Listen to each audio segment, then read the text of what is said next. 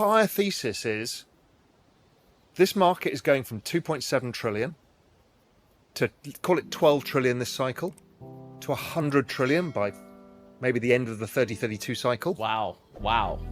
So this is, I think, in front of us, the largest, fastest accumulation of wealth in all human history.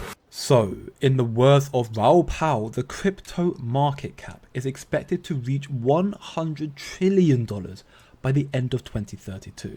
Which sounds insane, I know, but when you really think about it, you realise that this isn't as ridiculous as it seems. Even Ripple representatives stated in this interview that people tend to overestimate the short term and underestimate the long term. Pay close attention. We're at the very early innings, so to speak. So I would say like we're seeing growth. If you look at the stablecoin as a financial instrument, for example, 3 years ago, the total market cap was around 5 billion. Now it's like 150 billion. And people tend to overestimate these kind of dynamics, maybe in the short term, but then underestimate it in the long term, which is an insight for somebody way smarter than me that I'm sure you've heard before. See, this is what it comes down to, because the amount of money that will be pumped into crypto will continuously grow, as blockchain applications are integrated into the new monetary system, as crypto becomes more accepted as an asset class. And it will, and is, already. Ripple are the ones leading this charge. As we can see from Monica Long, Ripple's president, Brazil is quickly becoming a key crypto hub globally with its forward-thinking regulations, clear policies, TradeFi engagement, and a growing developer community. But that is not all. Here from Chad Steingrabber, Tranglo, Ripple Payments partner, is connecting Malaysia and Singapore in real-time settlements with XRP as the settlement mechanism, QR. The main two banks are Citi and HSBC. Other notable banks include JP Morgan, DBS, Standard Chartered, Bank of India and Bank of China. All of these are Ripple partners and also connect to the BRICS nation, which is very bullish news. But what I want to highlight here is real-time settlements with XRP. Same-day settlements, also known as T+0.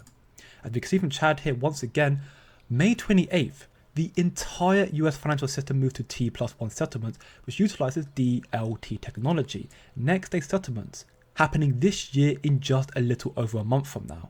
And this is the test bed before moving to T+0 settlement to a fully real-time market.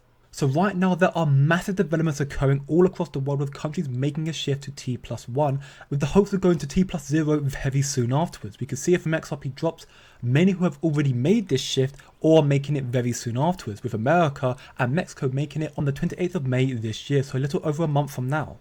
T+1, or more importantly T+0, will become a global standard, meaning if banks and institutions and businesses are not real-time, are not same-day settlements, they won't exist. And Ripple are the ones paving the way for these institutions. And with these massive developments, this will result in drastically more money entering crypto's market, because more institutions and industries will be utilizing DLT, blockchain, and crypto technology with real-time, which means more investment.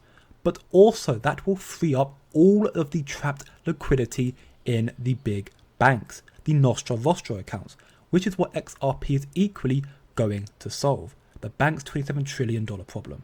What's locked away in all these banks around the world right now is trillions upon trillions of dollars in the what they know as Nostro Vostro account, your account, my account. When XRP goes live and they pull the switch, XRP will release those trillions of dollars. And then all the banks would then would have all that money that accrued over the last 70 years. And the prosperity would be just booming. XRP is the new money system for the next 25 to 50 years. Wow. And what it is doing, it's creating what is known as the liquidity necessary to cover the insurance of transactions. And where it took a week, 3 days, a week, where it takes Bitcoin like 6 to 8 hours, the transaction between banks with XRP is virtually seconds. 2 to 4 seconds. Nothing beats it.